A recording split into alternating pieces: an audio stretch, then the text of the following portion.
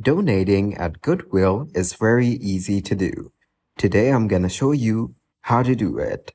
First, collect items that you wish to donate. Goodwill accepts a wide range of gently used items, including clothing, household goods, electronics, books, and furniture.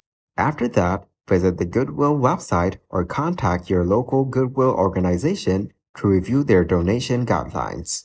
Some items may not be accepted due to safety, legal, or practical reasons. Now locate a nearby Goodwill donation center or store. You can use the Goodwill locator tool on their website to find the nearest location to you.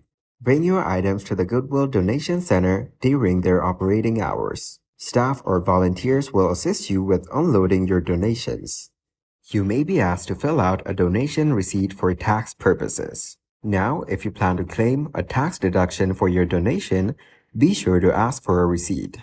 Goodwill typically provides donation receipts that list the items you donated. Keep this receipt for your records. Goodwill often hosts donation drives and events in local communities. Keep an eye out for these events in your area as they may offer additional opportunities to donate items. In some areas, Goodwill may offer pickup services for larger items such as furniture.